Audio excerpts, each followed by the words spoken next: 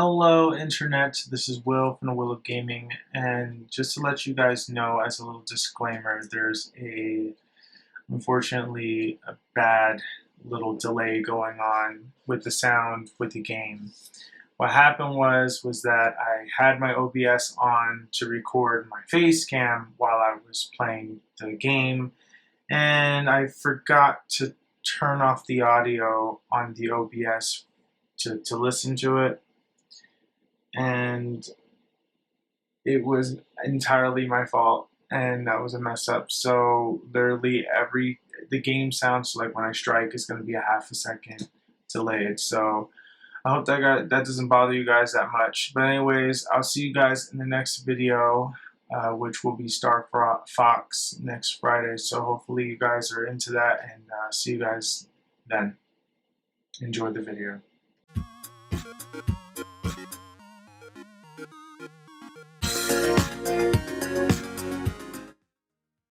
Hey, what's going on, internet, interwebs? This is Will from the Will of Gaming, and today we are playing Dark Souls 3. I'm actually very excited. Basically, I already played this already. I mean, I didn't beat the game or nothing. I'm like 10 hours into it, and I just beat the third boss. Yeah, I've been sucking that bad. I've been using the Pyromancer as my character. But this time, I'm going to do another playthrough from the beginning as a different character, so it's kind of like you're getting my first reaction as another character. So, I'm really excited to show this. This game is amazing. It's addicting as all hell, but it is so hard. So hard, because the only experience I have is Bloodborne. I don't have Demon Souls or Dark Souls 1 or 2 in my belt, so this is literally the first Dark Souls that I'm playing. So let's get started with Dark Souls on the count of, well, 1, 3, 2, 1, go. There we go. Now we're starting. So let's see. The music is fantastic in this game. I like this. Now, what's weird about this game that I didn't like at first, because the controls were bad, and in a way it's kind of glad that you guys didn't get my first reactions, because it was so bad. Like, I couldn't jump. I was just having issues. Now I kind of got the game. So we're gonna load up a game. I was working with other characters, but I didn't make it that far into it. I was just testing other characters to see what I liked. So what we're going to do is that we're going to try a warrior class and see how that works. Okay. We're actually going to just skip the story right here because I'm pretty sure you guys seen it a million times. Alright, so we're going to name this guy because I have no name skills. We're going to name him Will. So yeah. So in this game, you can choose your name, your gender, so you can be male or female. So I'm going to be male. I'm going to have my age as young, my class. Now here's the class. So there's a class, and then there's stats that you see. So there's the level, which is the level that you start at. Your vigor is, if I remember, your vigor is your HP. Your attunement is your magic spell. Your endurance is your stamina. Your vitality is your defense. Your strength is for heavy weapons. Your dexterity is for weaker weapons or speedy weapons. Your intelligence is for your magic attacks. Your faith is also for your magic attacks, but I'm not entirely sure. And then luck is based on item discovery, and it protects you from like poison and stuff like that, or it makes your attacks go through. Like if you have a weapon that does bleeding, it'll make it happen more often because of that. So that's cool. So there's a knight, which his specialities is he has the highest, I think the highest vitality, and I think the highest vigor and strength in the game. So that's pretty much what you're going to be focusing on. Your mercenary, he's really good overall, but he has the highest dexterity, which means that he can go into 2 different weapons. Like he can turn that sword into 2 different swords and go crazy with it. So his dexterity is definitely high, and you want to invest in your endurance as well. Next is the warrior class. The warrior class is pretty much based off about strength. He has the highest strength in the game, so I was actually wrong. At level 7, that's pretty interesting. There's the herald.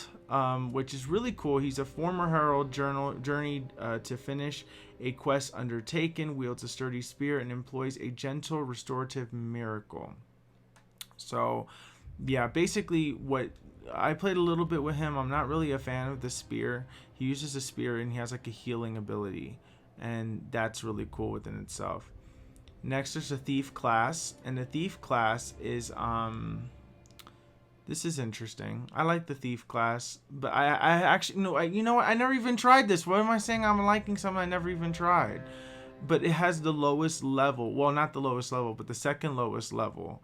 And so stats is pretty much, from what I understand, it's like you're basically from far away. You have a spook ability, which nobody can hear you and stuff like that. And your luck is at the highest, so that's pretty good. Next, you have the assassin, which is okay, I guess. Sorcerer, the spellcaster, of course. Pyromancer, this is my character that I use because I've seen a lot of people using them, and I like the idea that you can shoot like this infinite flame. Well, it's not infinite, but you have like a magic spell from the beginning that shoots fireballs and almost instantly kills people. So he's really good for range fighting and up close, which is perfect for me. There's the cleric and the deprived, which is a person that doesn't have anything. Like, you're basically showing off. It's a balanced character at level 1, and it's a hard thing. So if you want the game to be really hard, pick deprived and just play. So we're gonna play as the warrior class because I heard that that's really good. Next we have burial gift, which you can choose. I really don't know what this is, but I'm not entirely sure. I think when you die or something, you get something like this. So there's a sovereignless soul who slept beside you to acquire many souls. We'll just get sovereignless soul. I already have a build in mind, so I'm gonna just use that. So we're gonna no. Where's my, okay, appearance. Okay, so we're gonna load my favorite, and this is my character. Alright, so this is kind of what he looks like. So let's so he just kind of looks like that, so that's pretty cool. I don't know why he looks nothing like me. It's just, I guess that's just what I really want to look like. Alright, so we're done. So let's finalize our creation. We're gonna start as the warrior class, and let's do it. So we're gonna play up until we reach the hub. I feel like that's the best, so this video can be long depending on how hard the game is. So or how hard this part is. So this is really interesting. I'm loving, like I said, I'm loving this game. It's very tough, very, very tough. You just have to kind of learn what's around the corner. This game really rewards you for exploration, so you can get money, like you can find like really, really rare items if you actually look for it. So we're gonna kind of turn around here and see if there's anything. No, there's really nothing here. Alright, so you're gonna see these little markings on the ground. Whenever you read them, they tell you helpful hints. These are things that people actually in real life posted up, but this is the tutorial, so this is something that the creators put in. So R controls the camera, and then we go to the next one, and it says R1 is regular attack. Now that's the weird part. Normally when I was playing Ratchet and Clank before I played this, so I wasn't used to R1 being that. Okay, so whenever you hit, look at the green bar.